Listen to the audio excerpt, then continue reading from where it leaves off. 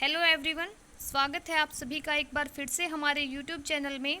आज की इस वीडियो में हम वेदरिंग के बारे में डिटेल से डिस्कस करने वाले हैं। तो चलिए आज की इस वीडियो को हम स्टार्ट करते हैं। और अगर आप चैनल पर नए हैं तो चैनल को सब्सक्राइब कर लें और बेल आइकन को प्रेस कर लें ताकि आने वाले वीडियोज़ के नोटिफिकेशन आपको मिलती रहे। तो चलिए आज की इस वीडियो को हम स्टार्ट करते हैं। जो अपक्षय शब्द है उसको इंग्लिश में वेदरिंग बोलते हैं। तो जो अपक्षय है उसका अर्थ अगर हम सिंपल वर्डों में समझें तो क्या है, जो अर्थ सरफेस है, अर्थ सरफेस पर चट्टानों का टूटना ही अपक्षय कहलाता है। जब कोई भी चट्टानें अर्थ सरफेस पर physical factors, biological factors, chemical factors के द्वारा या फिर उनके प्रभाव से टूटना प्रारंभ हो जाती है तो उसको ही हम अपक्षय बोलते हैं।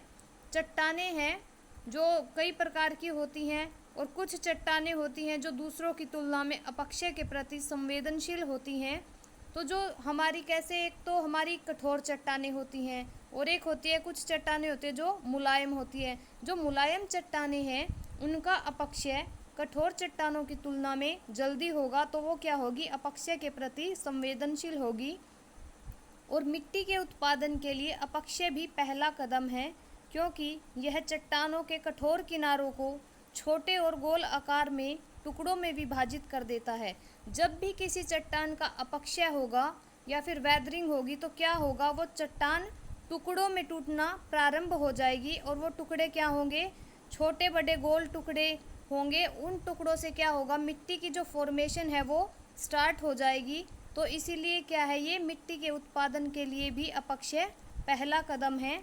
अगर हम अपक्षय की परिभाषा देखें तो जो स्पार्क्स है उन्होंने कहा है कि प्राकृतिक कार्य के द्वारा चट्टानों के अपने ही स्थान पर भौतिक और रासायनिक क्रियाओं द्वारा होने वाले विघटन और अपघटन को अपक्षय कहते हैं। ये देखो, ये जैसे कोई चट्टान है तो ये चट्टानें क्या हैं, अपने ही स्थान पर पड़ी पड़ी क्या हो गई है, टूट गई है। तो ये क्या है, ये वेदरिंग है। अपक्षय है वो तीन प्रकार के होते हैं। भौतिक अपक्षय जिसको हम इंग्लिश में फिजिकल वेदरिंग बोलते हैं। सेकंड है हमारा रासायनिक अपक्षय जिसको हम इंग्लिश में केमिकल वेदरिंग बोलते हैं। और थर्ड है हमारा जैविक अपक्षय जिसको हम इंग्लिश में बायोलॉजिकल वेदरिंग बोलते हैं।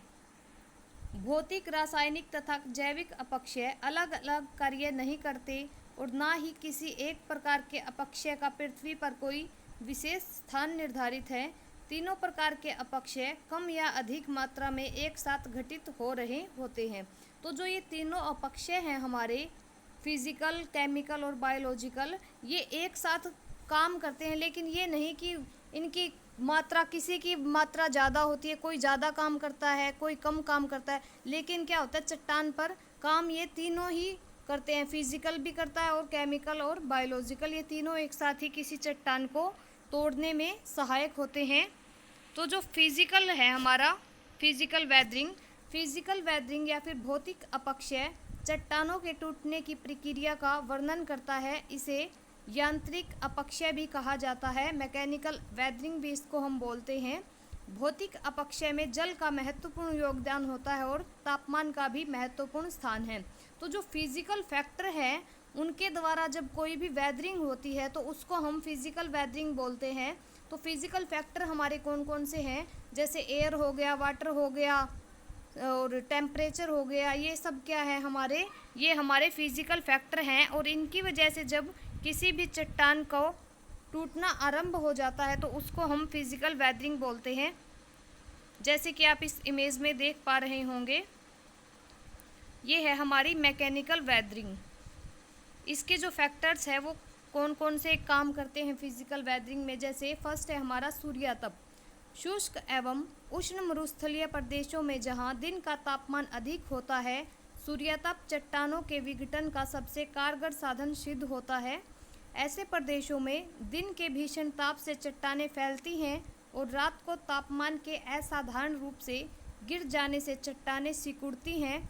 चट्टानों के इस प्रकार लंबे समय तक बार बार फैलते और सिकुड़ते रहने से उनके तल पर तनाव उत्पन्न हो जाता है, जिस कारण से ये दरारें पैदा हो जाती हैं और बड़े बड़े टुकड़ों में चट्टानें विघटित होने लगती हैं या फिर टूटने लगती हैं। तो ये क्या कह रहा है कि जैसे शुष्क और जो उष्ण मरुस्थलीय प्रदेश है वहाँ पर जो दिन का टेम्परेचर होता है वो क्या होता है, अधिक होता है। तो क्या होगा, और चट्टानों पर टेम्परेचर का प्रभाव ज़्यादा होगा। और जब रात होती है तो क्या होगा, टेम्परेचर कम हो जाता है। तो रात का जो टेम्परेचर गिरता है तो क्या होगा, वो चट्टानें सिकुड़ना प्रारंभ हो जाती हैं।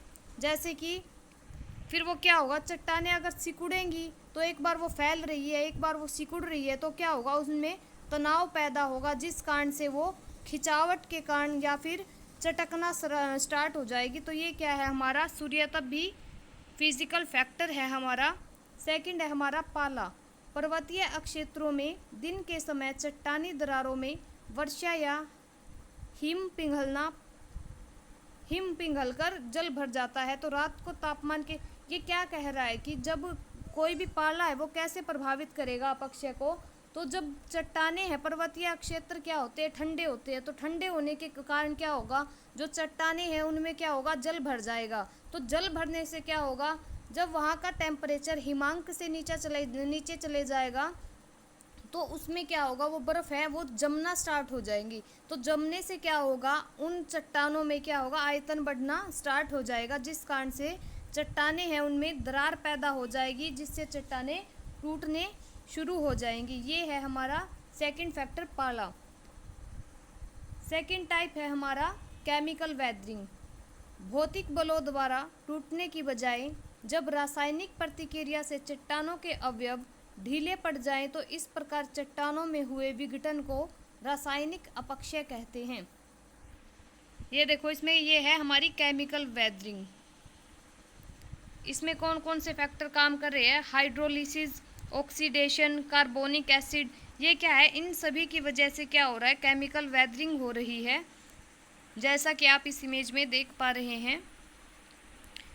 जो केमिकल वेदरिंग है उसके महत्वपूर्ण कारक है ऑक्सीकरण, कार्बोनेटीकरण और जलयोजन। जैसे कि मैंने अभी आपको दिखाया, हाइड्रोलिसिस, ऑक्सीडेशन और कार्बोनिक एसिड, ये तीन क्या है, महत्वपूर्ण कारक हैं केमिकल वेदरिंग के। थर्ड है हमारा बायोलॉजिकल वेदरिंग। जैविक अपक्षय पौधों, जानवरों और रोगाणुओं द्वारा चट्टान को कमजोर करना और दूर करना है। उदाहरण के लिए पौधों की जड़ें चट्टान में एक छोटी सी दरार में प्रवेश कर सकती है और फिर जैसे जैसे वह बड़ी होती जाती है तो चट्टान में दरार भी बड़ी होती जाती है। यह चट्टान की संरचना को तब तक कमज़ोर करती है जब तक कि वो टूट ना जाए। ये कुछ टाइपिंग एरर है जो हिंदी में टाइप करते समय आपको भी पता है एरर आ जाती है, तो ये थोड़ा ठीक कर लेना। और ये क्या कहना चाह रहा है कि जो चट्टाने हैं, चट्टाने आपने देखो, ये इमेज देखो जिससे आपको ज़्यादा क्लियर होगा। आपने भी देखा होगा कि जो चट्टाने हैं उनमें कई बार छोटे छोटे पेड़ पौधे, जीव जंतु रहना स्टार्ट कर देते हैं। तो जो ये पेड़ पौधे हैं पहले क्या होगा, ये छोटे होते हैं, तो जैसे जैसे इन पेड़ पौधों की जड़ें बढ़ेंगी वैसे वैसे ही क्या होगा, इनमें जो दबाव है वो भी बढ़ेगा, चट्टानों में जो दरार है वो भी बढ़नी स्टार्ट हो जाएगी। तो एक समय ऐसा आएगा जब ये दरार इतनी बढ़ जाएगी कि ये जो चट्टान है वो दो टुकड़ों में बट जाएगी। तो ये क्या है, हमारी बायोलॉजिकल वेदरिंग है। जैसे इसके फैक्टर है वनस्पति। पेड़ पौधों की जड़ें चट्टानों की दरारों में प्रवेश करके उन्हें चौड़ा करती है। इससे न केवल चट्टानें टूटती है बल्कि हवा और जल के भीतर तक जाने की राह भी बन जाती है। इससे चट्टानों के रासायनिक अपक्षय को बल मिलता है। बी है हमारा जीव जंतु। कीड़े मकोड़े और जंतुओं की सैकड़ों प्रजातियां ऐसी है जो चट्टानों में बिल बनाकर रहती हैं, जैसे चींटियां, चूहे, खरगोश, बिच्छू आदि। ये सभी क्या है, ये चट्टानों में रहते हैं। तो ये क्या करेंगे, चट्टानों की वेदरिंग में ये भी महत्वपूर्ण रोल प्ले करते हैं। थर्ड है हमारा मनुष्य। चट्टानों के अपक्षय में मनुष्य की आर्थिक क्रियाओं का भी भारी योगदान होता है, जैसे कुएं, नहरें, बांध, खाने, नगर, कारखाने, सड़कें इत्यादि जो साधन है वो मानव अपनी ज़रूरतों के अनुसार पूरा करता है। तो इनके निर्माण से भी क्या होता है, चट्टानों का अपक्षय होता है। तो जो वेदरिंग है हमारी, उसको कौन कौन से फैक्टर प्रभावित करते हैं, तो अपक्षय की जो मात्रा है वो सभी जगह अलग अलग होती हैं, कहीं ज़्यादा अपक्षय होता है तो कहीं कम अपक्षय होता है। तो इसके कुछ फैक्टर्स हैं जो अपक्षय को प्रभावित करते हैं या फिर कंट्रोल करते हैं। फर्स्ट है हमारा जलवायु। जैसा कि हमने अभी पढ़ा था, जो जलवायु है वो भी चट्टान को प्रभावित करती है, अपक्षय को चट्टान के। सेकंड है हमारा सेल संगठन एवं संरचना।